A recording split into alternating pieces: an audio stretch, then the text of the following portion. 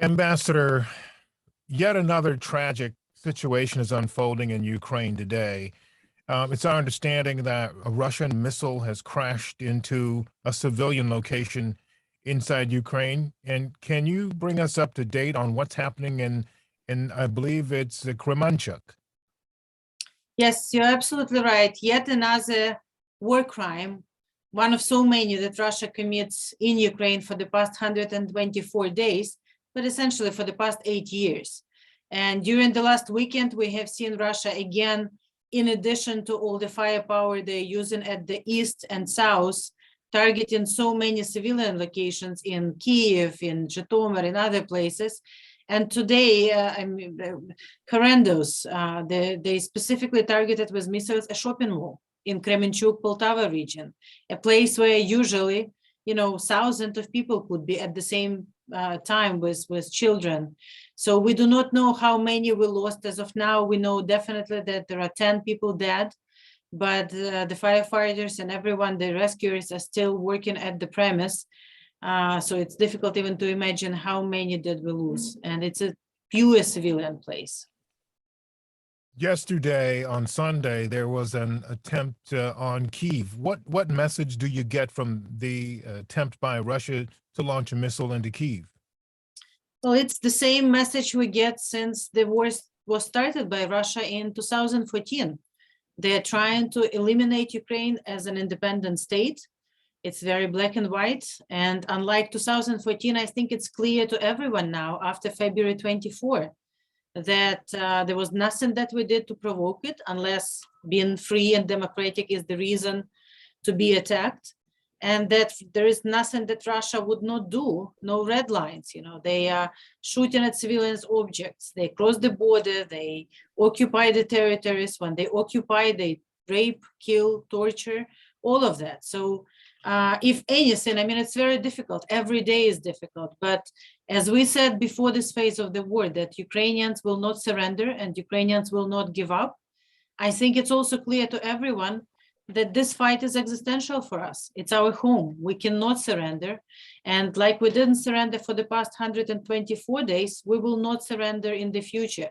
And hopefully, together with all the friends and allies, and with increased amount of weapons and sanctions, we will be able to win faster. So you mentioned this war has been going on for 124 days, and in the early part of this war, Russia, and I guess a lot of others believe that Ukraine would not last 2 to 3 days, but you've proven that you are, as you say, not going to give up. What do you believe it is that has allowed or helped Ukraine to fight this long? Well, first, I think it's in our blood. We have been occupied by Russia for the past 400 years, and literally all these times, many generations of Ukrainians fought for freedom. Now, what is different this time is that we have all the ingredients at the same time. We have the president who's brave and who's leading the nation through this. We have the armed forces that have battle tested for the past 8 years. They have been defending Ukraine after Russia attacked us in 2014. We have the civil society, pretty much everyone, all 40 million of Ukrainians are fighting to defend our homes.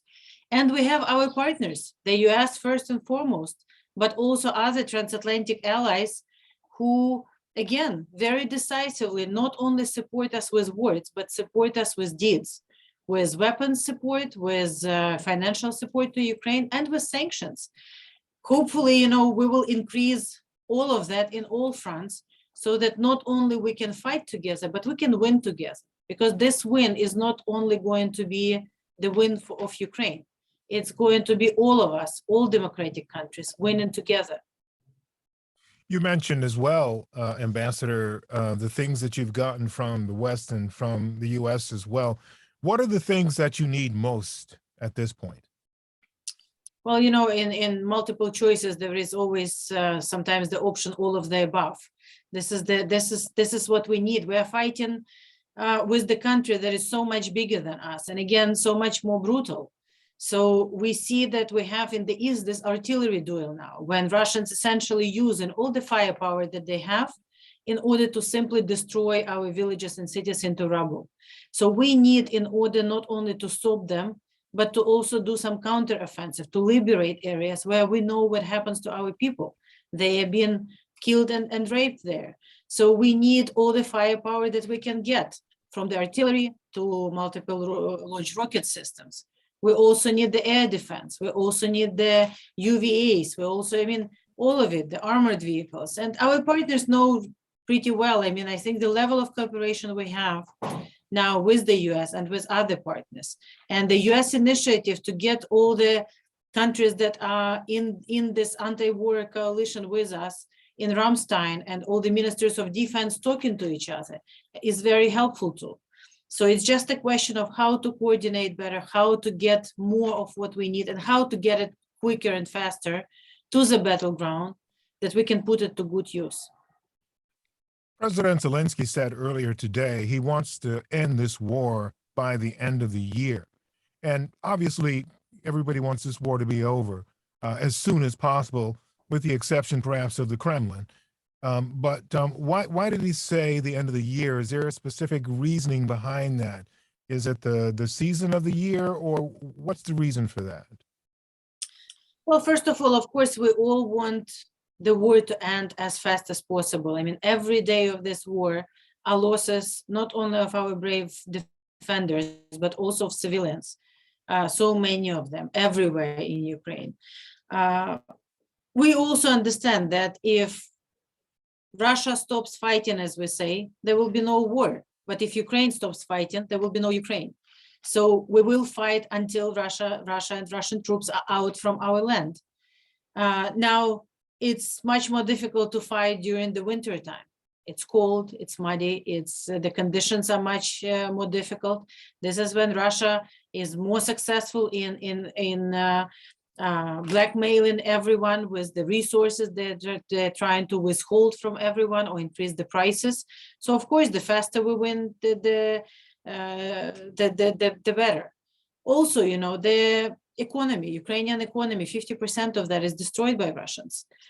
We already run a deficit of approximately $5 billion, and we're very thankful and grateful to the US Congress and American people and President Biden for not only supporting us with weapons, but also supporting us with the financial assistance, because it's very important to feed the people. It's very important to pay the pensions. It's very important to have at least some provision of basic goods to Ukrainians so that we can sustain the defense effort. That's why, I mean, getting into winter is going to be very difficult. So, you know, we would like to end this war and win as soon as we can, preferably before the end of the year. I know you've heard this question many times before, and people have said it different ways, but we keep coming back to the same thing. Despite everything that Ukraine has done, and it's been a valiant effort to fight off Russian attackers and to make it through these horrible war crime situations, and all of the weapons and all of the money and all of the sanctions that the West and the rest of the world have imposed on Russia. Vladimir Putin and the Kremlin continues to do this. What is your understanding of what drives them and him? Well, it's very difficult for good people to understand what drives evil to do what they want to do, you know. I think, you know, it's about time for all of us to stop trying to analyze it and just realize that we have to stop it. After 8 years of war in Ukraine, after Russia not only attacked us, but attacked Georgia in 2008, attacked Syria before, attacked Moldova in the early of 90s, poisoned people in London, shot MH17, a commercial peaceful aircraft from the sky. It's time for all of us to say, you know, we don't really care why they're doing it. They shouldn't be doing it. They shouldn't be allowed to do that in the 21st century to another nation. So I think, you know, it's very difficult to understand. How do you understand why people kill innocent civilians? Why people kill and torture children? It's impossible to understand it. But it's the duty of all of us to stop it. And we definitely in Ukraine all resolved to do it. We're very happy that Our friends and allies here in the US are together with us. And if whatever we've done so far is not enough to stop, it just means that we have to double our efforts and stop it.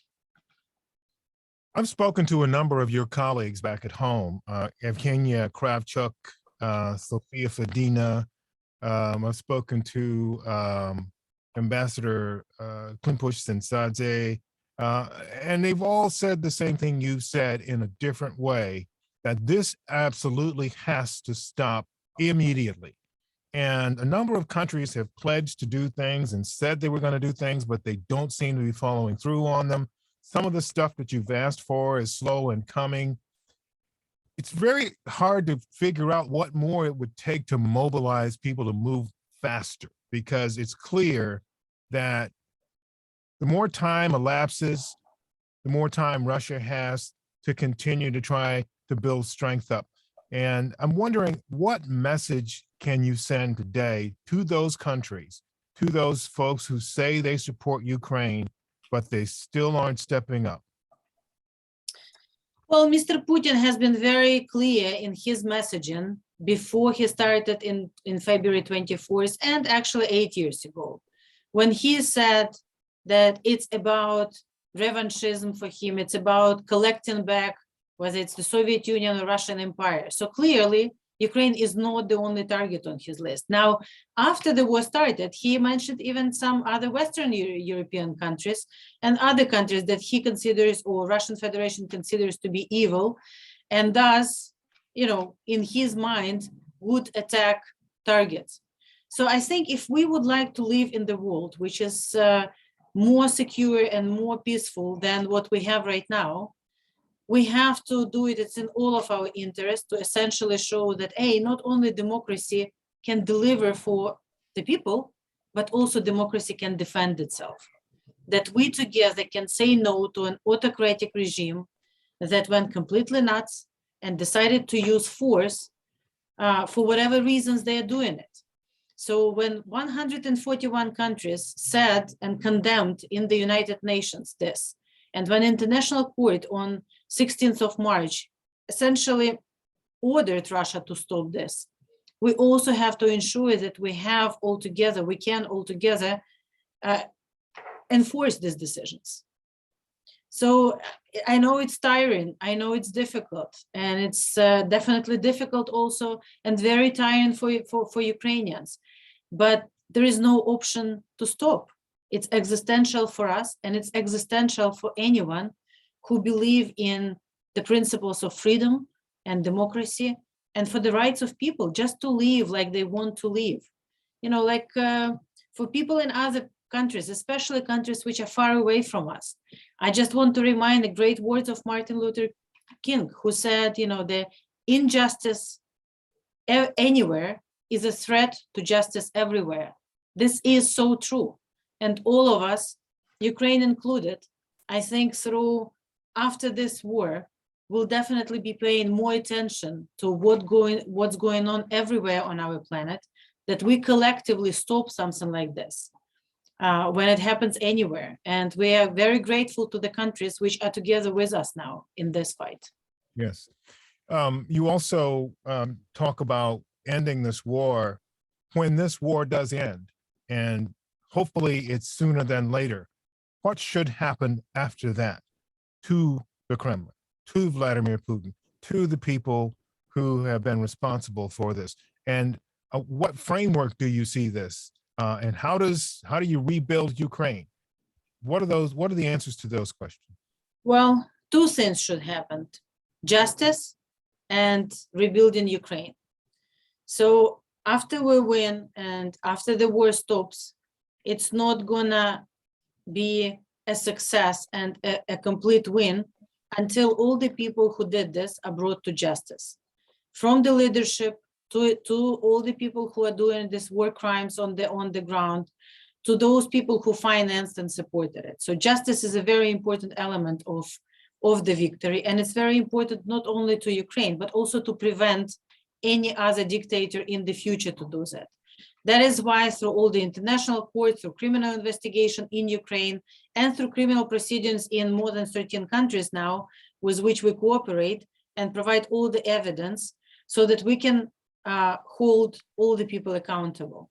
And second part is rebuilding. And we really dream about the day when we win and we can inspire the world, not with how we fight, but with how we build Ukraine back better, how we build something that is innovative, that is inspiring, that is something that, you know, people can say, wow, you know, this is the new Ukraine, this is the rebuilt Ukraine. And of course, it's going to be very hard, you know, healing process, but we cannot even start thinking about that until we win. Ambassador, is there anything you want to add that I haven't asked you about on any particular topic area that I haven't brought up today? No, I think you've touched on all the important elements of that. And, you know, we just have to sustain the effort. We just have to continue the fight as long as it's necessary for us to win. Okay, you mentioned Martin Luther King earlier about his justice quote, but Martin Luther King also said too, I've seen the promised land. And he said, we will get there as a people. He also said, I may not get there with you, but we will get there. So, you know, I'm not sure how long this takes or how long it lasts, but there are people that are committed to helping you, making sure you get to that promised land, and that will happen. I truly believe that. And there are a lot of people here in this country that believe that. And I'm really, really pained that you have to go through this.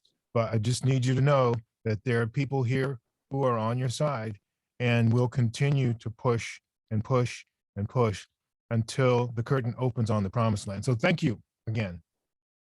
Thank you very much. Not only we feel it, but we also know it, and we really appreciate it.